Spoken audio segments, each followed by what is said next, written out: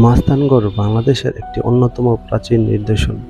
পূর্বে এর নাম ছিল পূর্ণবর্ধন বা পূর্ণনগরী। একসময় এই মহাস্থানগড় বাংলার রাজধানী ছিল। 2016 সালে এটিকে সার্কের সাংস্কৃতিক রাজধানী হিসেবে ঘোষণা করা হয়। এখানে মৌর্য, পাল ও সেন বংশের প্রচুর প্রাচীন নিদর্শন পাওয়া গেছে। বগুড়া শহর থেকে প্রায় 13 কিলোমিটার উত্তরে করতোয়ারী নদীর পশ্চিম তীরে এই মহাস্থানগড় অবস্থিত। সেন বংশের শেষ রাজা লক্ষণ সেন আনুমানিক 1082 থেকে 1125 সাল পর্যন্ত গড়ের রাজা ছিলেন। তখন এই গড়টি ছিল অরক্ষিত। নল ছিলেন সেই সময় মহাস্থানগড়ের রাজা, যার বিরোধ লেগেই থাকতো তার ভাই নীলের সাথে।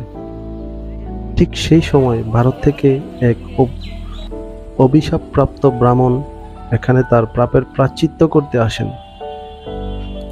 তিনি পশু মাতৃ হত্যার দায়ে অভিশপ্ত ছিলেন।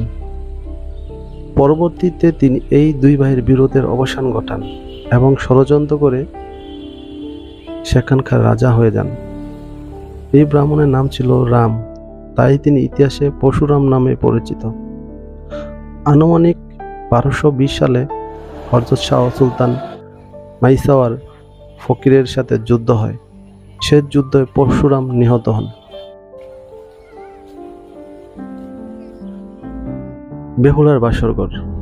মহাস্থানগড় বাসস্ট্যান্ড থেকে প্রায় 2 কিলোমিটার দক্ষিণ পশ্চিমে একটি বৌদ্ধ স্তম্ভ রয়েছে, যা সম্রাট অশোক নির্মাণ করেছেন বলে ধারণা করা হয়। স্তম্ভের উচ্চতা প্রায় 45 ফুট। স্তম্ভের উপরে রয়েছে একটি গোসলখানা। এটি বেহুলার বাসরঘর নামেই পরিচিত। গোবিন্দভিটা।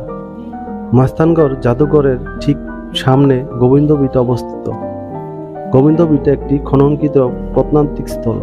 গোবিন্দভিটা শব্দের অর্থ হল তথা বিষ্ণুর আবাস, কিন্তু বৃষ্ণাত ধর্মের কোনো নির্দেশন এখানে পাওয়া যায়নি। তবুও প্রত্নস্থলটি স্থায়ীভাবে গোবিন্দভিটা নামেই পরিচিত।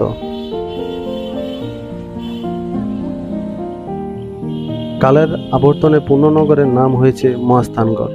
বিভিন্ন কারণে মহাস্থানগড়ের প্রত্নতাত্ত্বিক ও ঐতিহাসিকভাবে বিবেচিত হয়ে আসছে, তাই এটি দক্ষিণ এশিয়ার অন্যতম প্রাচীন প্রত্নস্থল বলে সারা পৃথিবীর পর্যটকদের কাছে বেশ আকর্ষণীয় পরিচিত। হযরত শাহ সুলতান বরখি মাইসাওয়ার রহমতুল্লাহ ছিলেন 14 শতকের দরবেশ। ইসলাম ধর্ম প্রচার করার উদ্দেশ্যে সুদূর বল্লভ দেশ থেকে তিনি এই বগুড়া আগমন করেন। এখানে এসে হিন্দু রাজা পরশুরামকে পরাজিত করে ইসলাম প্রচার শুরু করেন। কথিত আছে তিনি মাছের পিঠে আরোহণ করে এই নদীপথে এসেছিলেন। এর জন্য তার নাম মাইসাওয়ার বলা হয়ে থাকে। তার মৃত্যুর পর তাকে এখানেই সমাধিত করা হয়েছে।